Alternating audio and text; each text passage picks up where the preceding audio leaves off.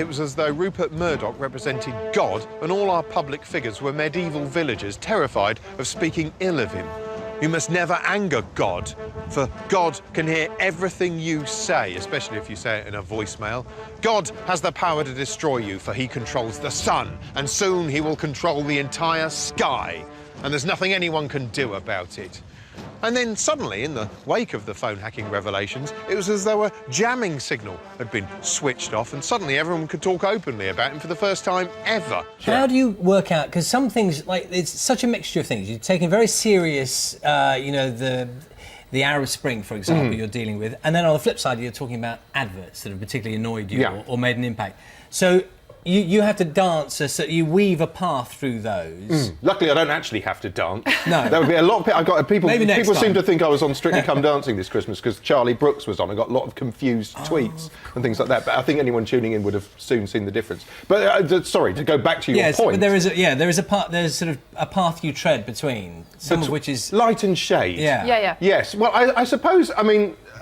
Pretty much, which is just mirrors the experience of viewing television. Really, is that it will pump horrific news stories at you day into. I mean, this year especially, where the breaking news strap was pretty much. You must have been taping it down, I would have thought. And then you'll there'll be an ad break, or you'll flip over and you'll be watching something astronomically trivial. So in a way, I guess we're just replicating the experience of viewing television in general. Some of the stuff you say is really quite cheeky, isn't it? I mean, is it? Yes, I think it is. It's good fun to watch.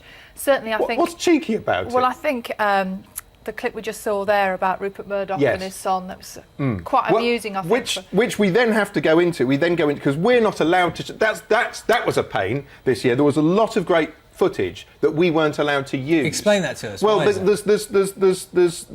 rules covering the footage, any parliamentary proceedings, which you're not allowed to use in any work of satire or entertainment. Even so we can't show anything from the House of Commons. We can't show Murdoch getting hit by a pie. Any of that we're not allowed to show. But now they can in America. That quite cleverly. You get around that. Well, yes, cleverly. we got some. I don't want to spoil too much, but you see bits of it. We got some of the cast of Made in Chelsea to reconstruct it. I wanted to do it with a nude House of Commons, but there wasn't the budget or time, or actually, I think, will. Do you know, the funny thing is, though, when you think about it, you mentioned the pie incident, Murdoch. I mean, there must be times when you're sat at home watching the news thinking, you know, I couldn't make this stuff up. I mean, all the time. You can't believe what the material, if you like, that's coming, that you know at some point you're going to have to talk about. Well, I think there's been a general sense that I don't know if reality is trying to compete with sort of smartphones for our attention or something. I don't know what's going on, but the news has progressively seemed more and more surreal recently. I mean, and more and more like a movie. A lot of people have commented on that. Like what? Like well, the whole phone hacking affair has felt